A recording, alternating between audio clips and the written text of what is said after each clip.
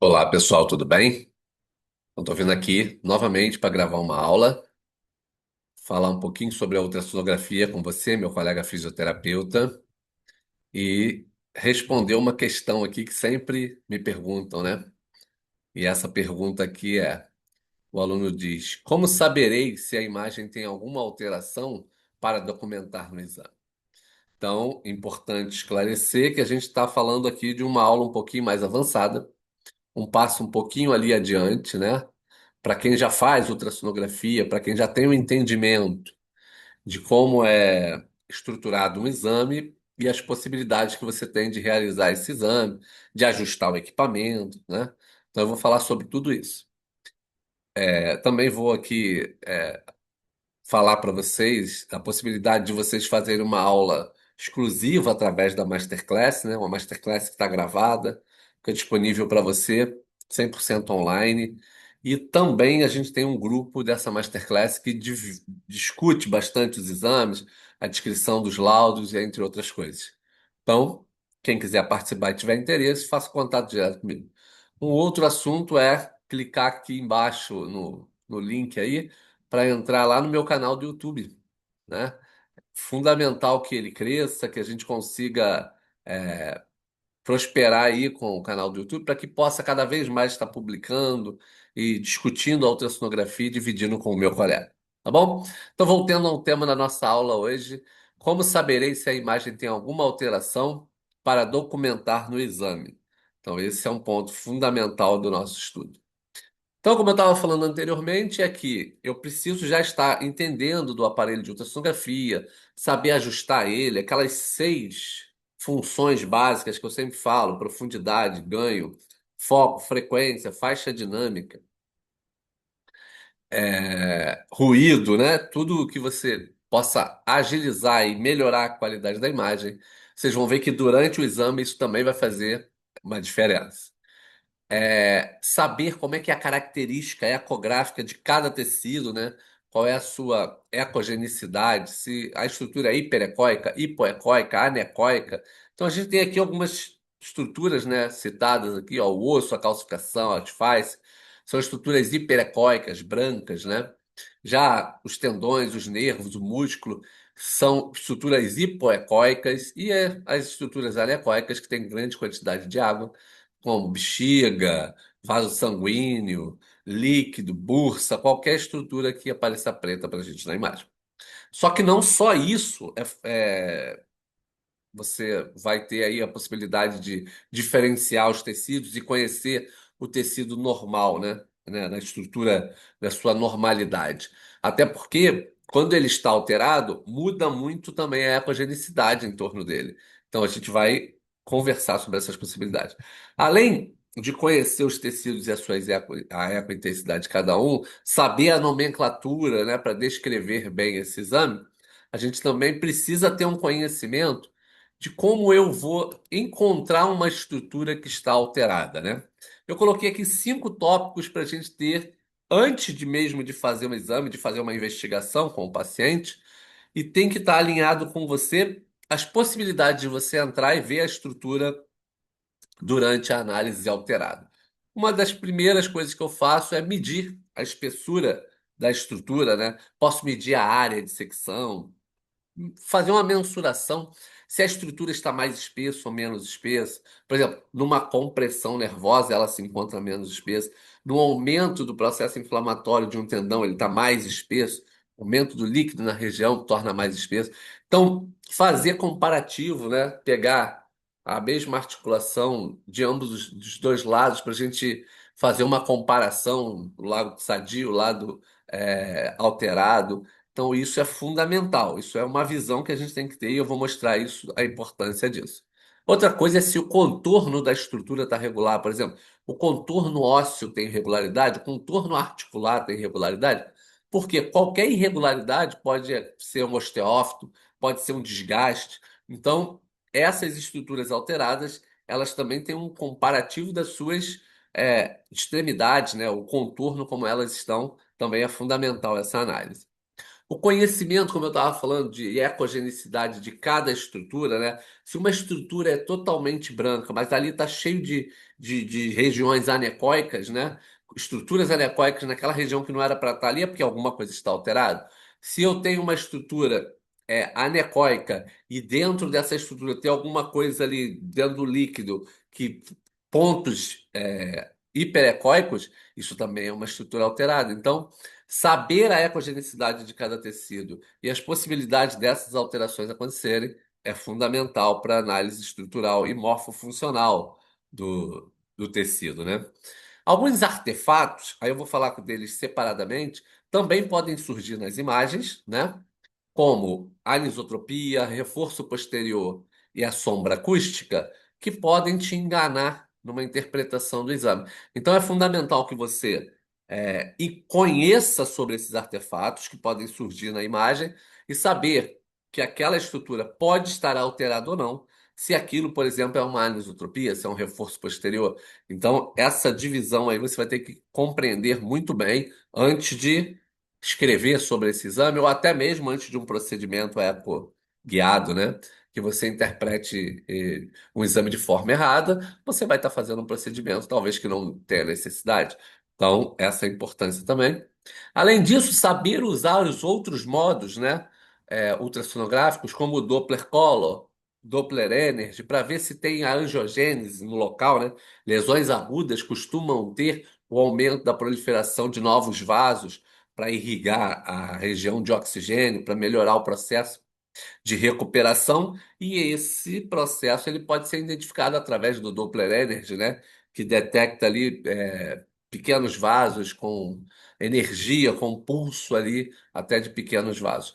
Então, essas características você vai ver nos exames que eu vou demonstrar aqui. Né? Alguns exemplos fundamentais estão já descritos aqui, então eu anoto isso aqui só porque quando eu for para a beira do leito, quando eu for lá fazer uma avaliação do paciente, eu preciso ter o entendimento disso, porque isso aqui vai se tornar para mim o sim e o não. Por exemplo, a estrutura tem uma alteração de sua espessura? Sim ou não?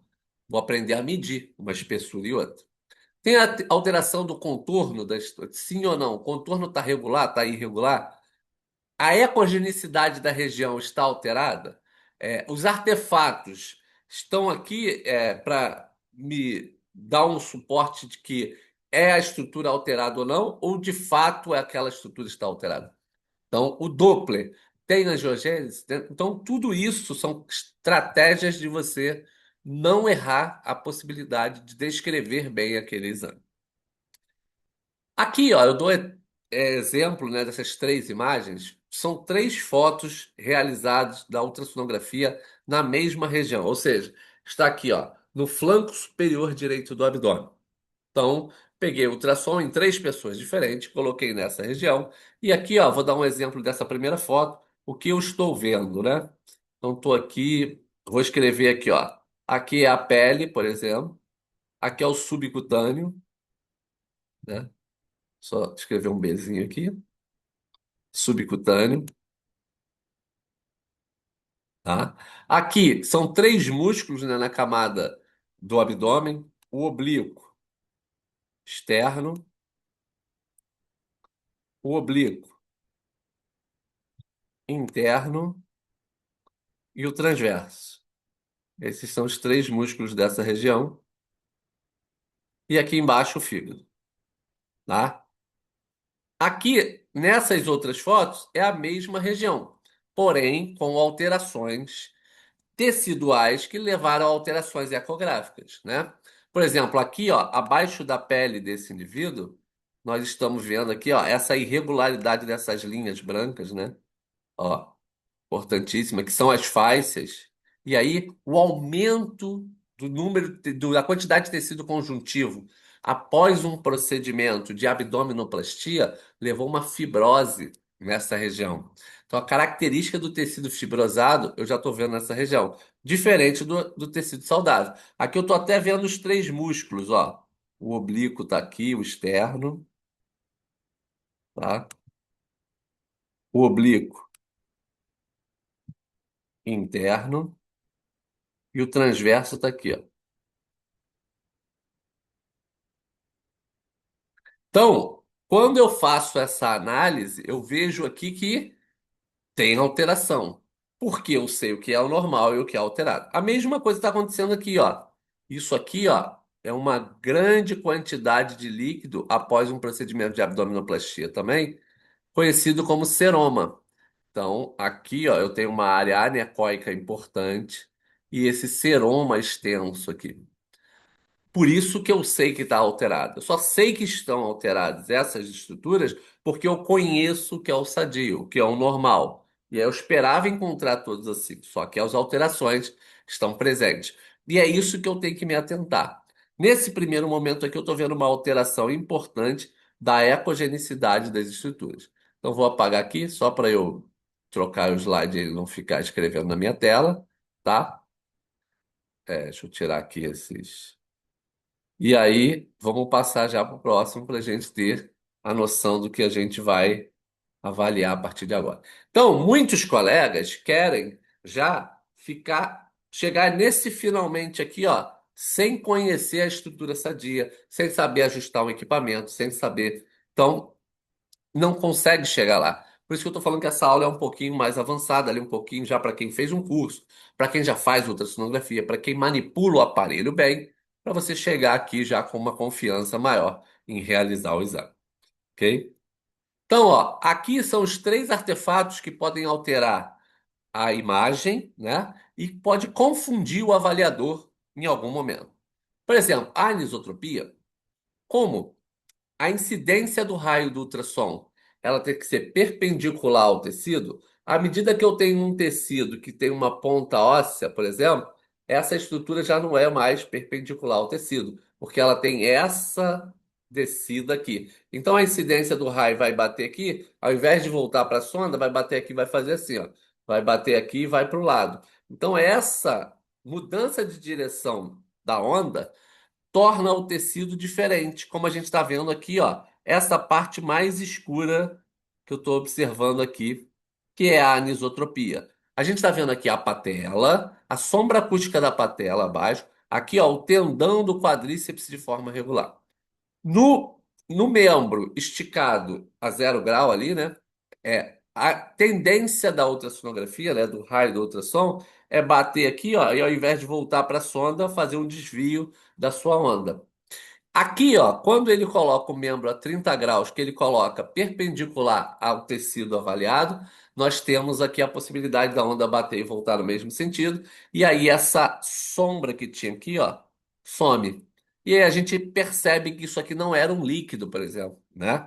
Então a anisotropia ela pode estar presente em algumas avaliações, principalmente em estruturas com borda e contorno irregular, tá?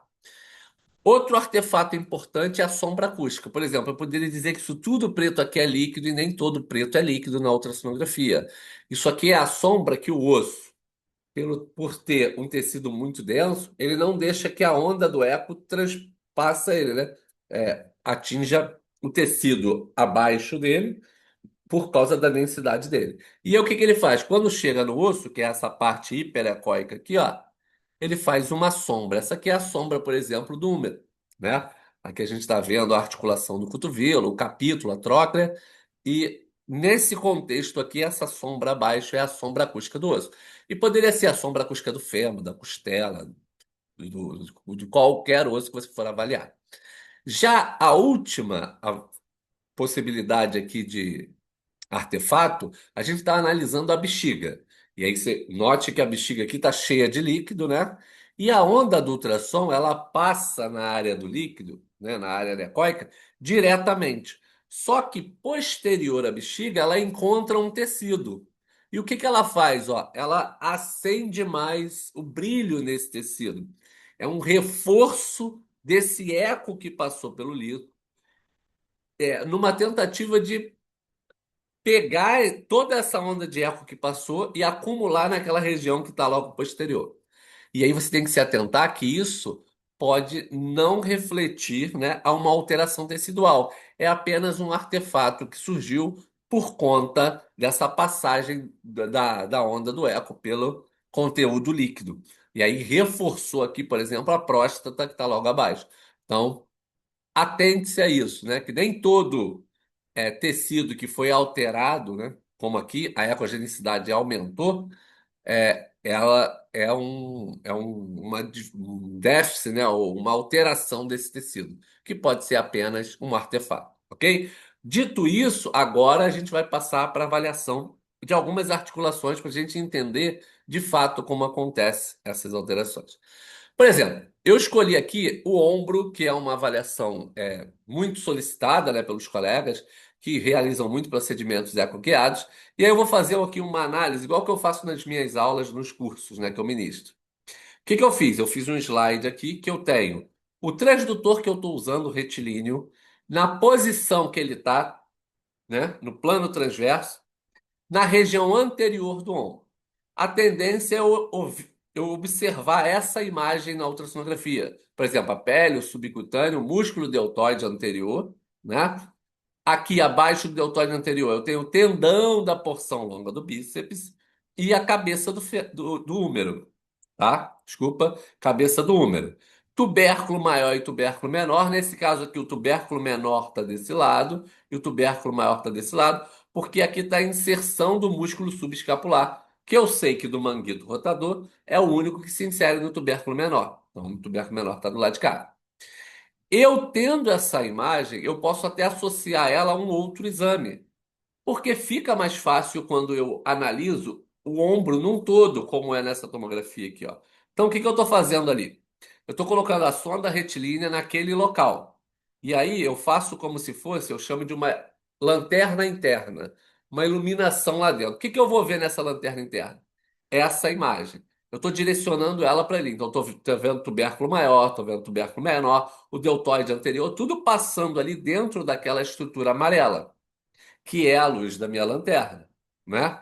E ela está similar à imagem que eu estou vendo na ultrassonografia. Quando eu faço essa projeção, aparece essa estrutura do tendão. Então, assim fica mais fácil de eu compreender como é que é o tecido, como é que é a funcionalidade desse tecido, ele se encontra. Então, eu volto, estou vendo aqui na tomografia, que eu já conheço, né? Já estudei isso antes, mas na ultrassonografia alguns colegas têm uma dificuldade porque a gente está falando do estudo das partes, né?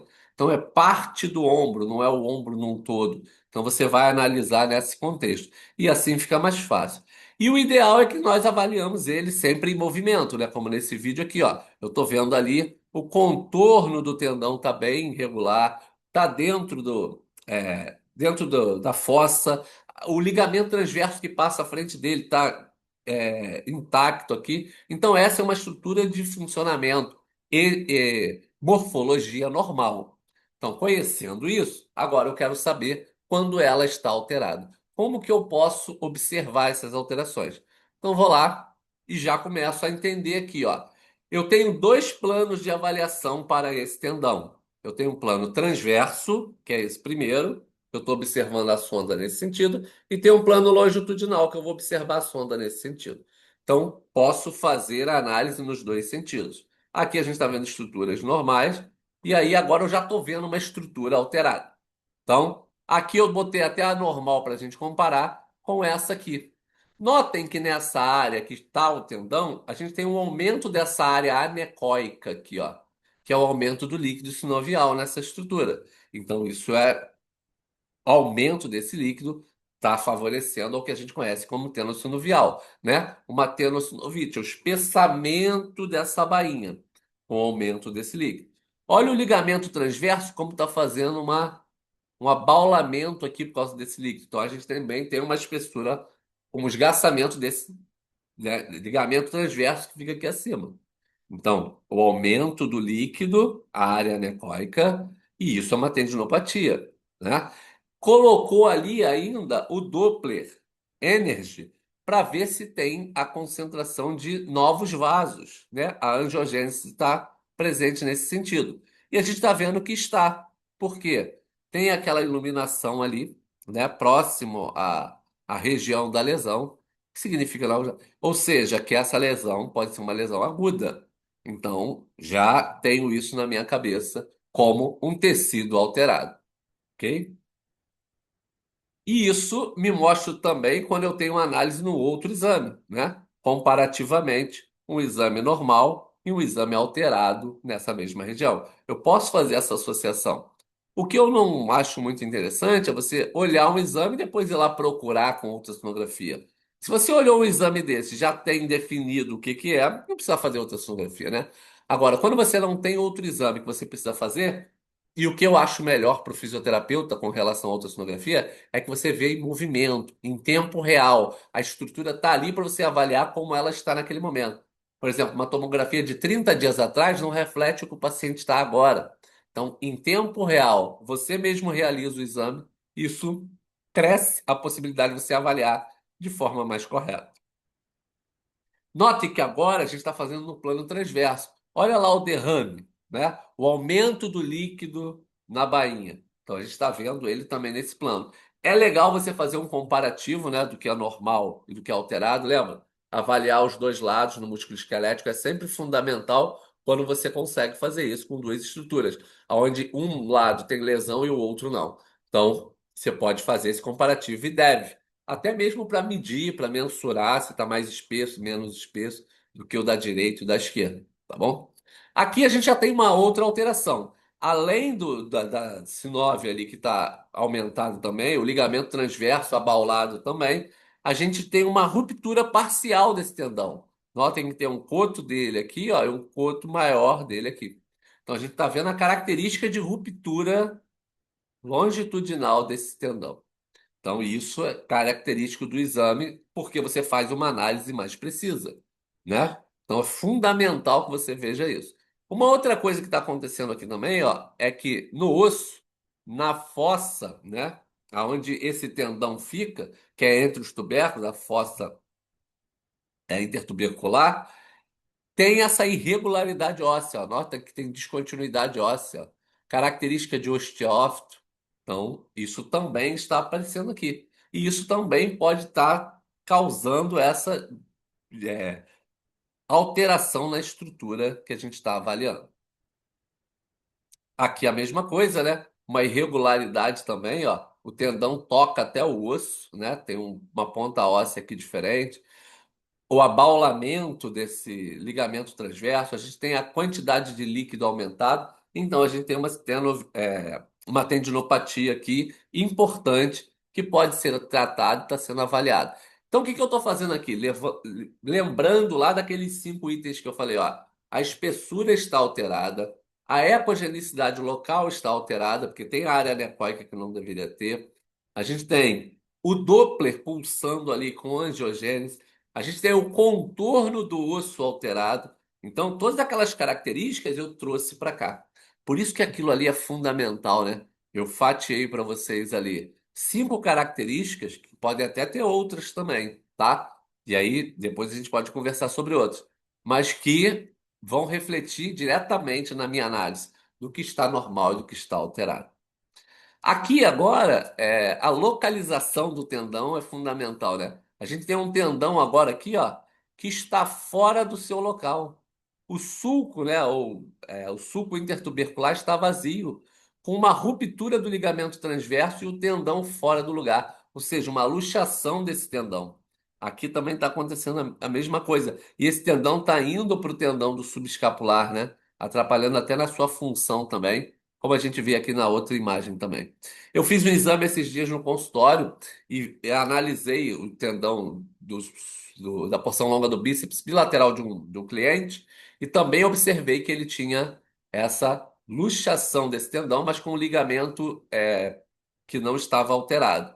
Então, note que aqui, ó, dentro dessa fossa está o tendão e nessa fossa aqui está vazia com o tendão luxado. Então, ó, a localização também espacial dentro da morfologia de cada estrutura também vai fazer com que possa estar interferido. E outra coisa, o bom da ultrassonografia é que eu posso avaliar em movimento, exigir do paciente alguns movimentos para ver se ele está luxando durante o movimento ou se está já luxado em posição anatômica, né? Então, tudo isso para nós fisioterapeutas, por isso que eu julgo a ultrassonografia um exame muito importante, que você vê em tempo real como aquela estrutura está funcionando. E é tudo que a gente quer, a gente trabalha com a função, a gente trabalha com o movimento. Então, fica a dica aí para quando você for avaliar, também fazer os movimentos para o paciente, né? O próximo músculo, e muito solicitado pelo nosso colega fisioterapeuta, é o supraespinhal.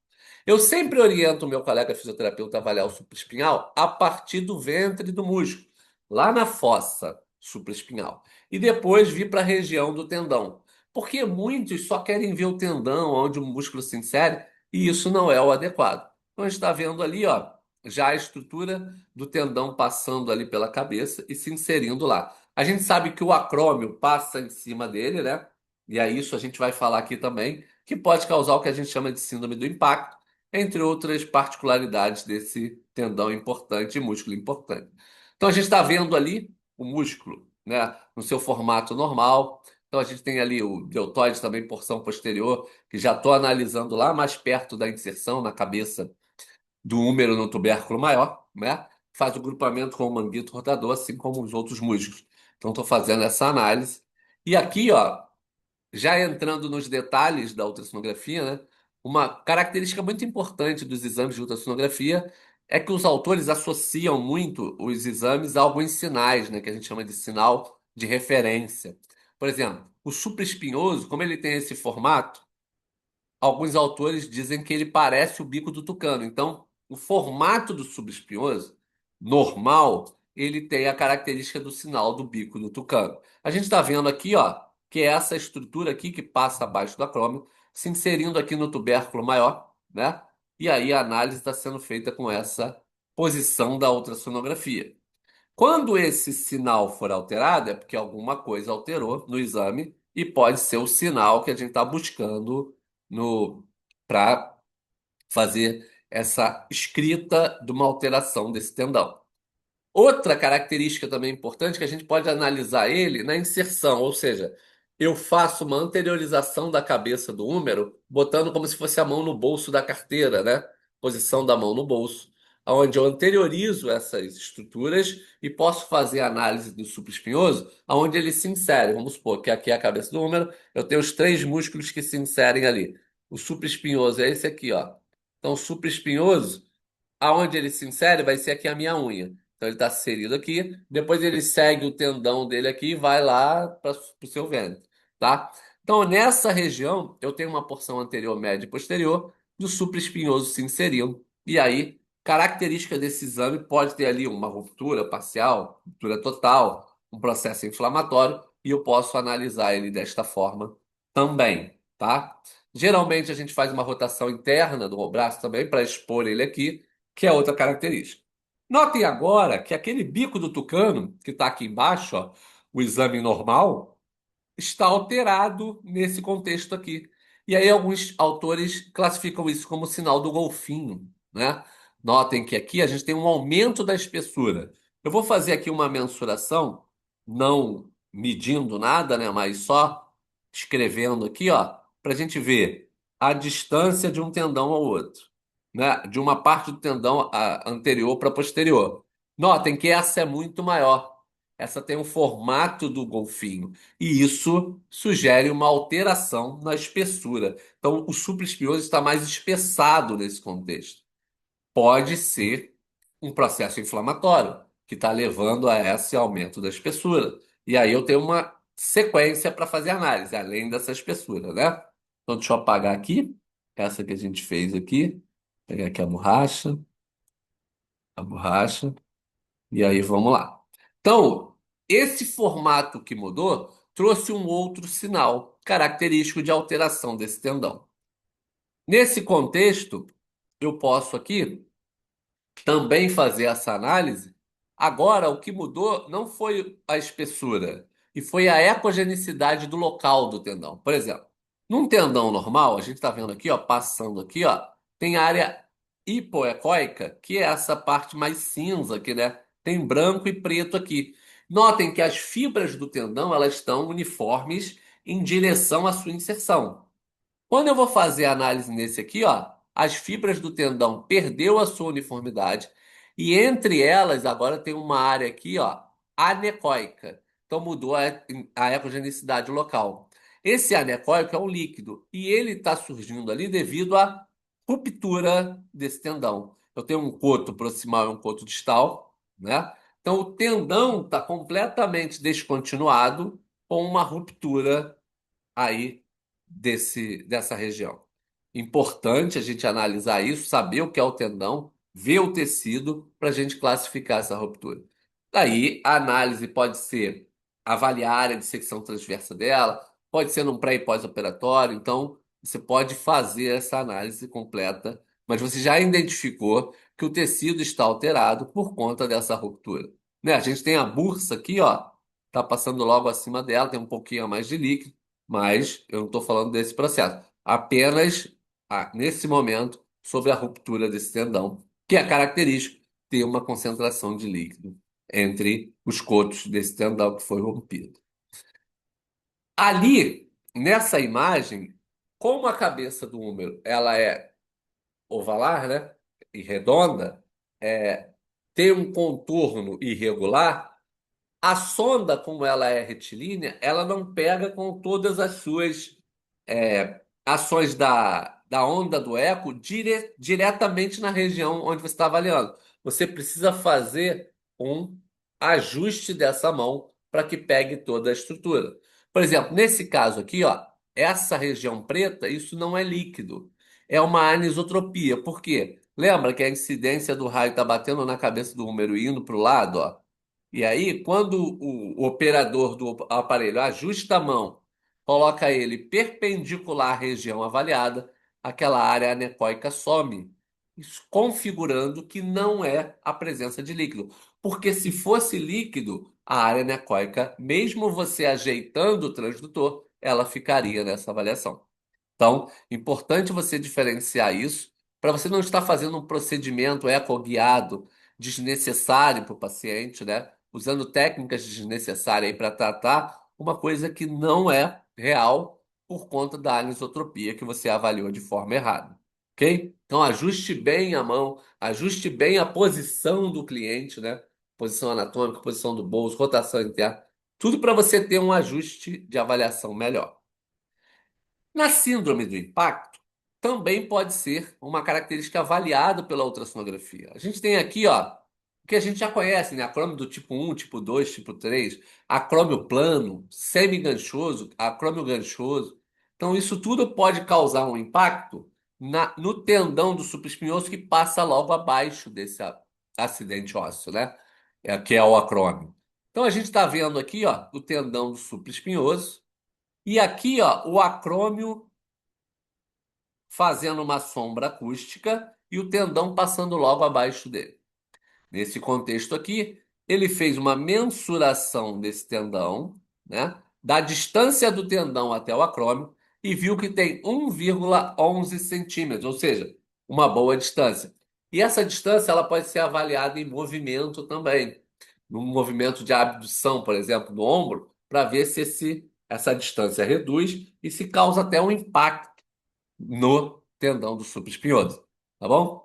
Mas existe aqui, pelo autor, um quadrinho, né, que ele publicou falando sobre as possibilidades dessa distância ser mensurada e estar diretamente relacionado com a síndrome do impacto. Então ele diz para nós aqui que distâncias normais são acima de 4 milímetros entre o acrômio e o tendão do supraespinhoso.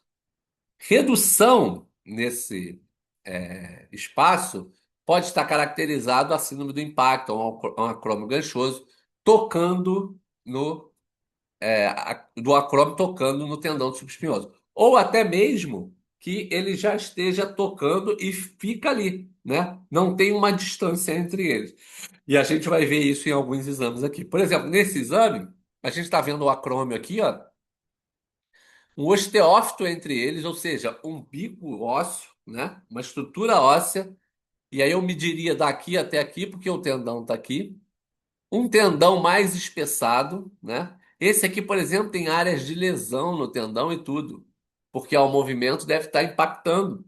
Aqui, ó, a distância é 0,3 milímetros, ou seja, menos do que 4 milímetros. Isso configura uma. E olha aqui, ó, quando ele submete o paciente ao movimento, como o acrômio, ó, toca diretamente no tendão. Então, isso está causando esse impacto no tendão. Quando ele joga o Doppler Color, ele ainda tem uma angiogênese, a presença da concentração de vasos sanguíneos novos na região, sugestivo de lesão aguda. Então, precisamos de uma análise melhor. Notem que em 4 imagens a gente já fechou quase que um diagnóstico. Lógico, não se fecha diagnóstico com o exame de imagem, né? Não se dá o diagnóstico, não é. A gente tem muita coisa, a gente tem a história, exame laboratorial, exame funcional, testes clínicos, um monte de coisa juntas, né? Anamnese, entre outras coisas, com o exame de imagem para fechar esse diagnóstico. Aqui é sugestivo de síndrome do impacto, ok? Ainda tem as classificações que ele faz aqui quanto à área, né? A área dessa lesão. Se essa área de lesão ela pode estar com um aumento da sua espessura ou com um diâmetro aumentado. Aí vai depender da escolha que você faz.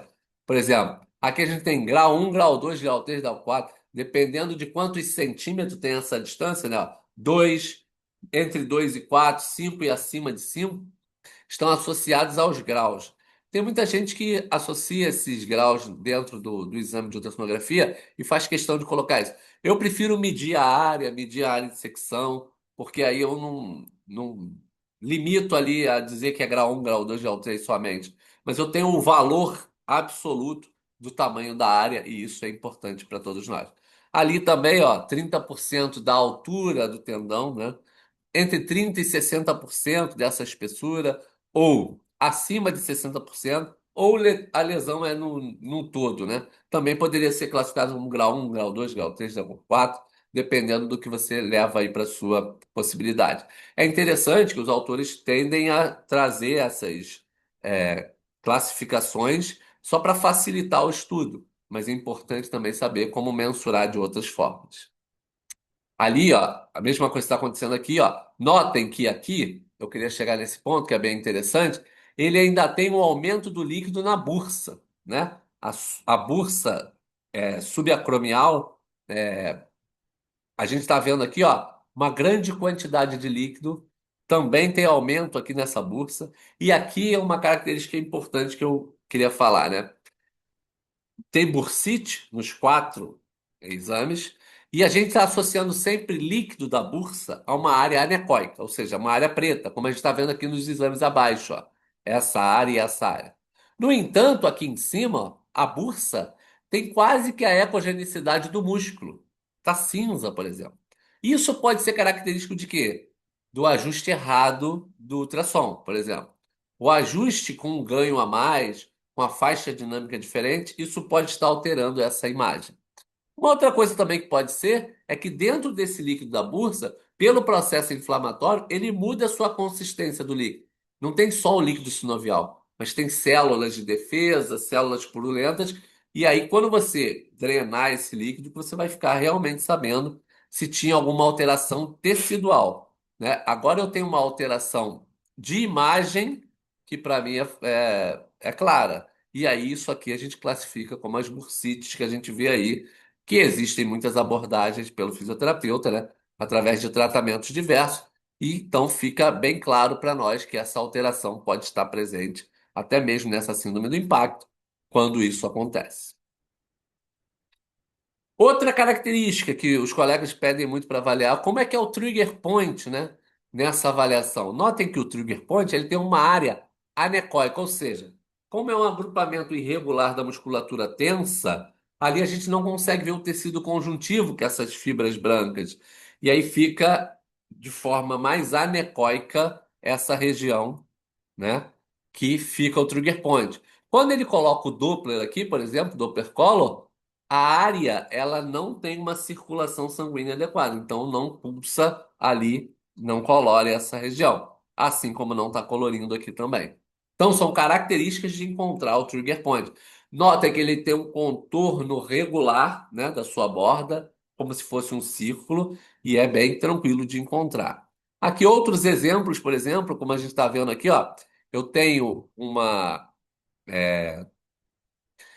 um trigger point no levantador da escápula, que é muito comum, né? Bem próximo da inserção dele, ali na escápula. Eu tenho um trigger point aqui no romboide maior, que eu estou vendo aqui, e eu tenho um trigger point aqui no romboide menor. Então, na junção, próximo ali ao osso, a gente tem essa área, onde tem uma contratura muscular, né, um processo até inflamatório dessa região, que muitos fisioterapeutas abordam através de técnicas invasivas ou não invasivas. E aí é legal você identificar o local, né? Muitos fazem pela palpação, que também tem uma eficácia boa, porém, você observando o pré e o pós-atendimento, por exemplo, com a imagem, podendo documentar essa imagem, também é uma característica dessas entesopatias que são fundamentais para a gente na abordagem aos tratamentos que a gente faz. Outra característica do ombro, que é muito comum, são os procedimentos injetáveis no lábaro posterior, né? Não no lábaro, mas rompendo a cápsula e colocando o líquido ali, que você vai tratar o seu paciente dentro da cápsula, né? Para melhorar. E aqui, ó, pode ter uma concentração de líquido aumentada, como a gente está vendo nessa imagem, né? Ou seja, eu estou fazendo aqui a cabeça do húmero e a glenomeral, aqui a cabeça do húmero e a glenomeral, e esse labrum está nessa região aqui entre os dois, né? Que é uma camada de tecido cartilaginoso que recobre ali e protege a articulação. E a gente está vendo aqui, ó, uma concentração de líquido aumentado, que pode ser um derrame articular, e aí a intervenção fisioterapêutica faz efeito. Aqui também é a mesma coisa, né? A gente pode ter uma ruptura dessa região, né? E também ter um derrame articular, ou até mesmo uma fratura ali da nossa região do lábaro, tá? Nessa região agora a gente está vendo o lábio anterior com uma lesão, né?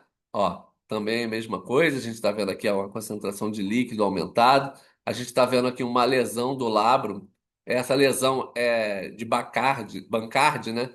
Ela é bem característica de quando a articulação ou a cartilagem tem alguma ruptura, né? A gente está vendo aqui no lábio anterior, e aí aumento da concentração de líquido. Então, tudo isso que a gente está vendo já mudou a ecogenicidade, já mudou a estrutura, já mudou a espessura.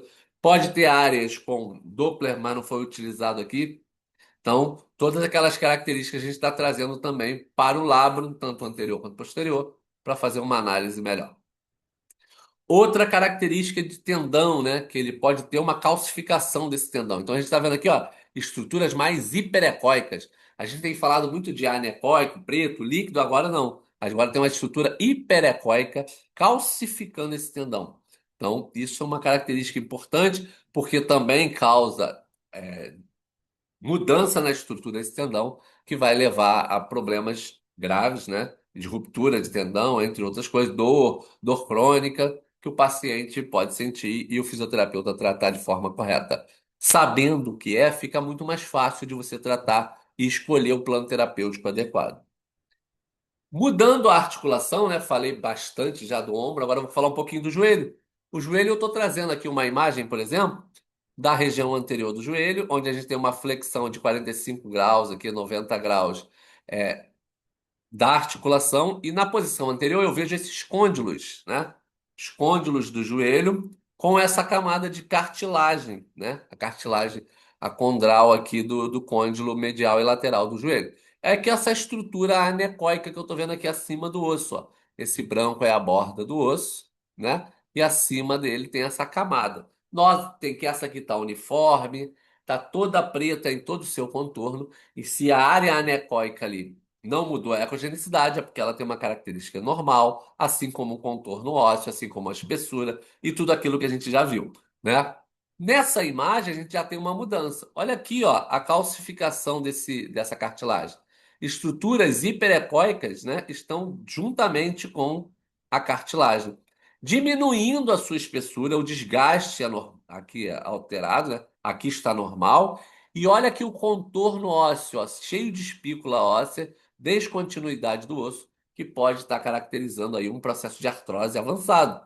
Então, a cartilagem sofre desgaste, tem o depósito desse cálcio na cartilagem. Tudo isso está levando à piora do processo de degradação desse joelho. Então, são características iguais que eu estou trazendo do ombro para mostrar aqui para vocês no joelho.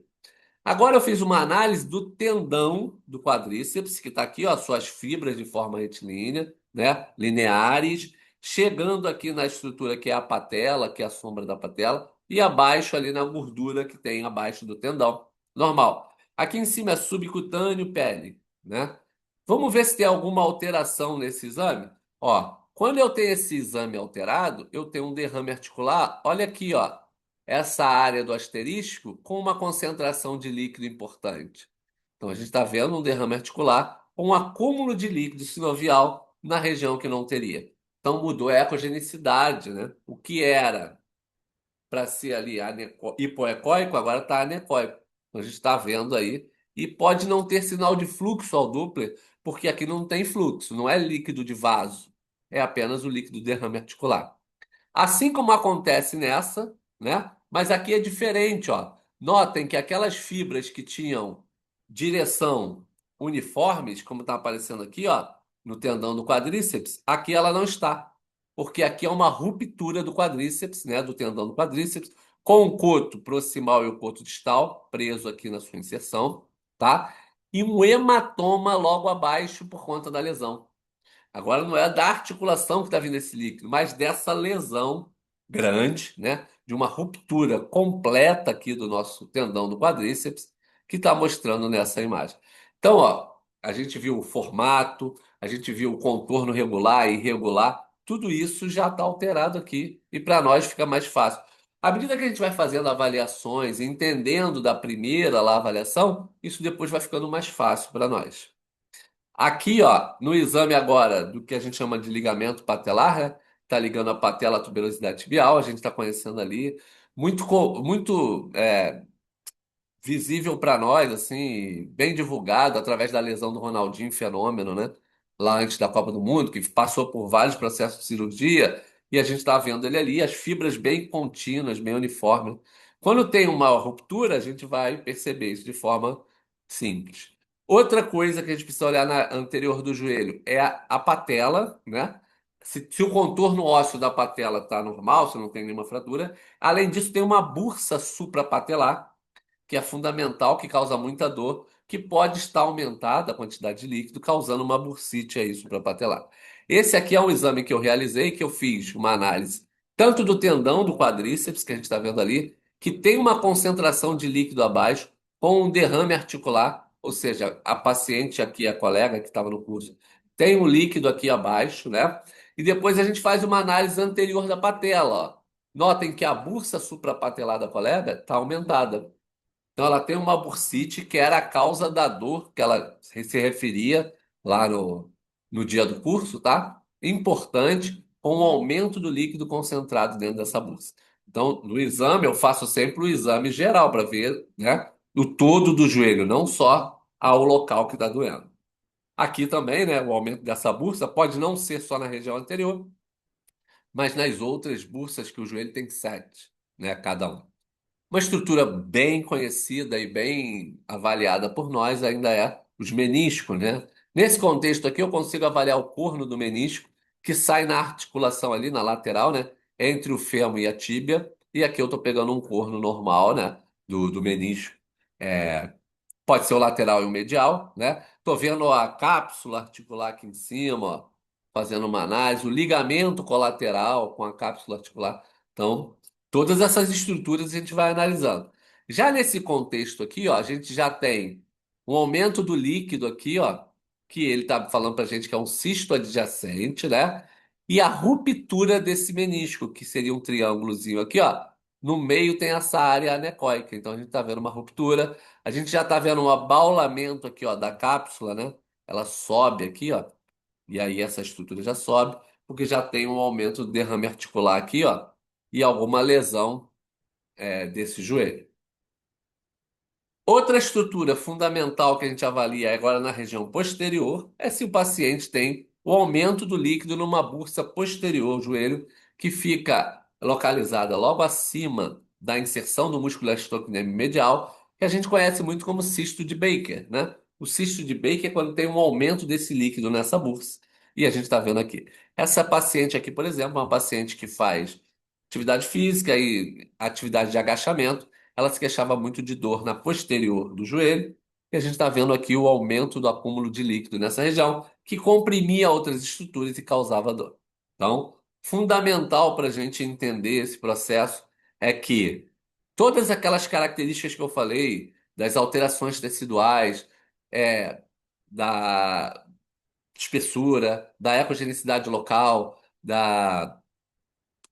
do Doppler, do uso do Doppler, né, do contorno ósseo, do contorno das bordas do tendão, tudo isso tem que estar na tua cabeça já antes de você iniciar o processo. Então, lembrar que o processo de avaliação com ultrassonografia, para chegar nesses detalhes, ele começa do começo, entendendo o que que é um aparelho de ultrassom, como ele funciona, como eu ajusto esse equipamento. Quais são as principais funções? Que tipo de avaliação eu faço? Montagem de protocolo para avaliar, encostar a sonda no paciente, observar todas as características de um exame normal, que são as estruturas normal, para depois passar para essas características que a gente está vendo aqui. Então a gente vem fazendo essa trajetória aqui no nosso canal, né? Cheguei agora na área de algumas lesões, mas eu poderia ter falado aqui de cotovelo, punho, quadril, tornozelo, coluna vertebral, entre outras coisas, né? Essas alterações vão estar aí baseadas nesse conceito que eu estou falando aqui. Além disso, ainda tem um ponto futuro, ainda é uma aula que vai acontecer, que são os procedimentos ecoguiados. Então, para fazer um procedimento ecoguiado, eu preciso entender isso tudo aqui. Que eu preciso fazer um diagnóstico e depois prescrever algo que eu vou guiar com a ultrassonografia. E o que eu tento, assim, falar com meus colegas, é que muitos cursos de procedimentos ecoguiados não têm a intenção de formar o profissional como com a ultrassonografia. Só passa ali como coloca, o que que vê, mas eu acho ainda fundamental que você se aprofunde mais no exame de ultrassonografia para chegar a fazer um procedimento eco guiado bem indicado e com uma técnica de guiar bem importante. Muitos colegas fazem um procedimento ecoguiado às cegas, que eles chamam, né? Tem aquela dinâmica de calcular, saber o ponto e beleza, tá correto. Só que não adianta você, quando coloca o ultrassom, trazer as técnicas às cegas, porque você não está mais às cegas agora. Agora você está com uma ultrassonografia. Então a técnica com a ultrassonografia é diferente da técnica às cegas. Então a gente precisa diferenciar isso. E se você quiser fazer com mais segurança, com a ultrassonografia, ser mais assertivo, você precisa aprender um pouco de ultrassonografia. E esse pouco é esse básico que eu estou mostrando para vocês agora. Tá bom? Então. Aqui, o cisto de Baker, que eu fiz aqui um vídeo legal, né? Eu tenho ele aqui, ele tá comprimindo aqui, tá vendo? A inserção aqui do músculo gastrocnêmio medial. Joguei o ecodoppler, o Doppler Energy, né? Para ver se aqui dentro não era um vaso, um aneurisma ou algo que tivesse pulso aqui, não tem, né? Você vê que a estrutura não colore lá dentro, então isso aí é uma bursa mesmo. E aí o procedimento que o fisioterapeuta vai eleger para fazer o tratamento disso aí é com ele, tá bom? Então, queria novamente agradecer a vocês, assim, pela participação e expressar, assim, a felicidade que eu tô de receber muitos feedbacks de colegas que já estão fazendo o exame, já estão entregando o laudo para o seu paciente, conseguindo lucrar com isso na sua clínica, no seu consultório, né? E aprendendo de fato a fazer uma ultrassonografia consciente e com responsabilidade. Vou pedir novamente para vocês se inscreverem aqui no canal do YouTube, no Ultrassom MSK Fisioterapia. Sempre que a gente está elevando aqui, trazendo conteúdos gratuitos para vocês, é importante que isso seja disseminado, que a gente possa, de alguma forma, chegar num número maior de pessoas, de fisioterapeutas que possam se aprofundar mais com a ultrassonografia e quem ganha com isso são os nossos pacientes. Ok? Então fica aqui o meu abraço e espero vocês na próxima aula. Com certeza teremos aqui. Ok? Forte abraço a todos e até breve.